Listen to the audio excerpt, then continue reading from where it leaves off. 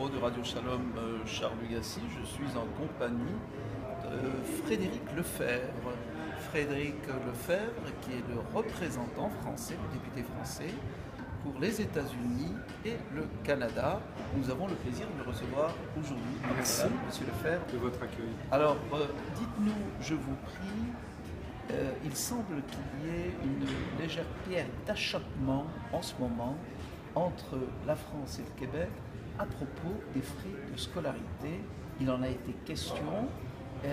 Oui ou non, est-ce que c'est quelque chose sur lequel les Français devraient s'attarder? Est-ce que ce sont des rumeurs ou est-ce que vous pensez que c'est plus que ça? C'est un sujet majeur. On sort d'une campagne électorale au Québec. C'est qu'il y a un nouveau Premier ministre, M. Couillard, que cette question des frais de scolarité a été au cœur de la campagne. Et je veux bien, parce qu'on dit beaucoup de choses sur ce sujet, je veux bien préciser les choses, parce que le nouveau Premier ministre, dans la campagne, a dit, c'est important, que son objectif était d'augmenter l'attractivité des universités du Québec pour les étrangers francophones. Tout à fait. Donc jusque-là, c'est une bonne nouvelle pour les étrangers. Simplement, la France a un accord depuis 1978, qui est un accord privilégié, et s'il y a harmonisation, la conséquence, c'est une augmentation des droits pour les Français. Et c'est la raison pour laquelle il y a une mobilisation forte. Il y a d'ailleurs Michael Pilater, qui est un jeune Français qui est en Polytechnique, qui a pris en main ce sujet. Je crois qu'il y a aujourd'hui, au moment où on se parle, déjà près de 700 jeunes étudiants qui ont signé une pétition, parce qu'il y a beaucoup d'inquiétudes. Mais il n'y a pas beaucoup d'inquiétudes uniquement ici à Montréal ou à Québec. Il y a une inquiétude très forte chez toutes les familles françaises en France quand ils projettent d'envoyer leurs enfants en Amérique du Nord, dans les universités ici au Québec, parce qu'évidemment les droits n'ont rien à voir avec les universités aux États-Unis, mais y compris aux États-Unis. Il y a une mobilisation très forte à Atlanta, une mobilisation très forte à Atlanta, il y a une mobilisation très forte à New York, à Washington, à Boston, c'est-à-dire dans ces familles françaises qui veulent envoyer leurs enfants dans des universités de très grande qualité. Ici, je pense à McGill, bien sûr, et à beaucoup d'autres, ici au Québec. Et l'inquiétude est là. Alors, je relais évidemment cette inquiétude. Je sors d'une réunion avec justement Michael Pilater et un certain nombre de jeunes. Nous venons de mettre sur la table tous les points concernés. J'étais à Washington, j'arrive de Washington, où j'étais à une réunion de la Banque mondiale et du FMI avec beaucoup de parlementaires. J'ai eu l'occasion de discuter de cette question avec une sénatrice qui est du Parti libéral, comme M. Couillard. Mais est-ce que vous avez pu en parler ici avec des représentants du futur gouvernement?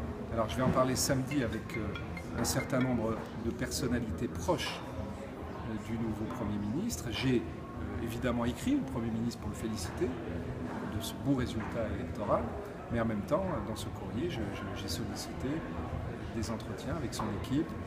J'envoie des parlementaires ici parce qu'il faut absolument que nous trouvions le moyen de sauver cet accord spécifique entre la France et le Québec pour une raison simple, que tout le monde peut comprendre, et c'est l'intérêt autant des Québécois que des Français.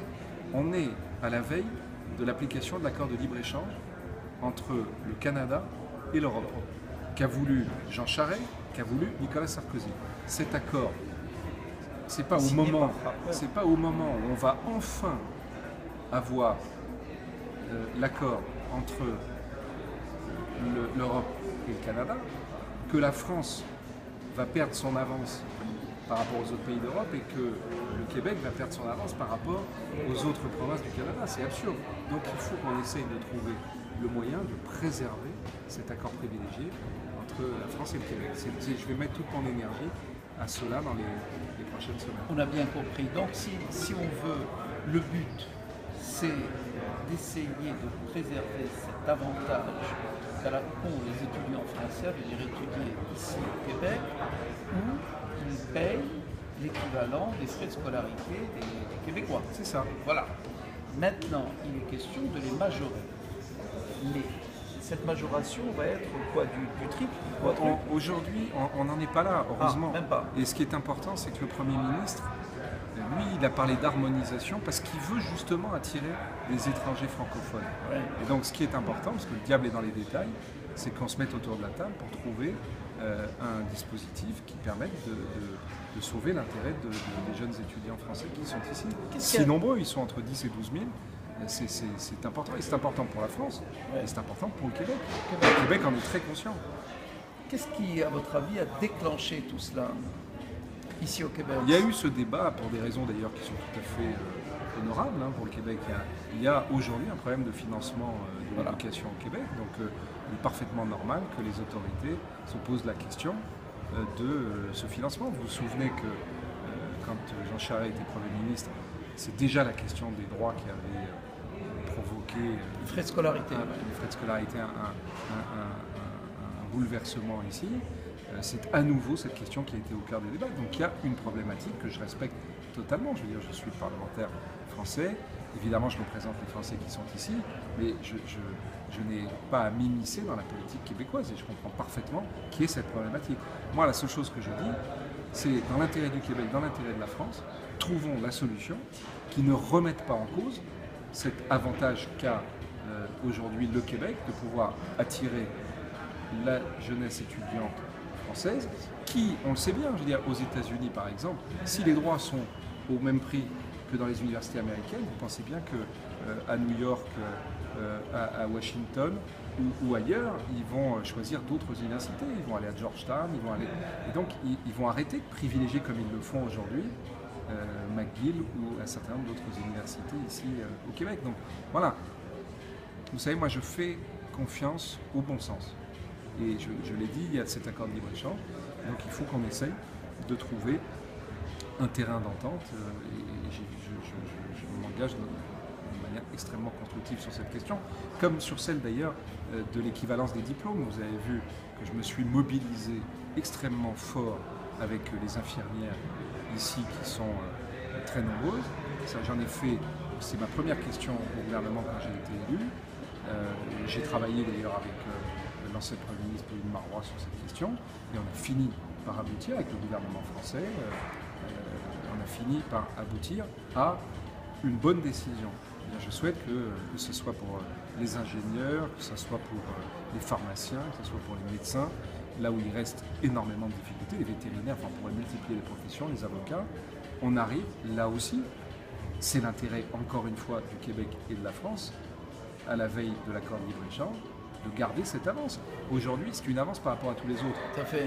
Mais à cet effet, peut-être qu'il serait bon de rappeler si oui ou non les Français qui viennent s'établir ici, forts de diplômes français, réussissent-ils à s'intégrer facilement dans le marché canadien parce qu'il semble que la demande qui est faite ici habituellement, c'est la fameuse expérience canadienne, qu'ils n'ont pas. Parce que la difficulté, on a passé un accord, la France et le Québec.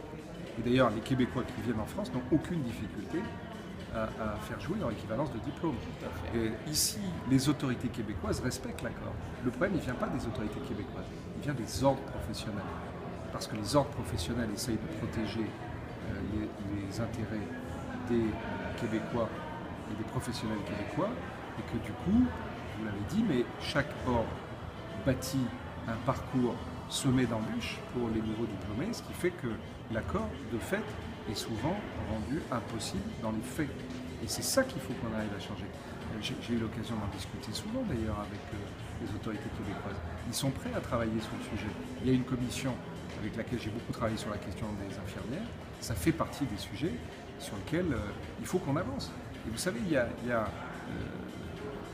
des élections consulaires qui arrivent, qui vont être l'occasion pour les Français aussi d'écouter les uns et les autres sur ces questions.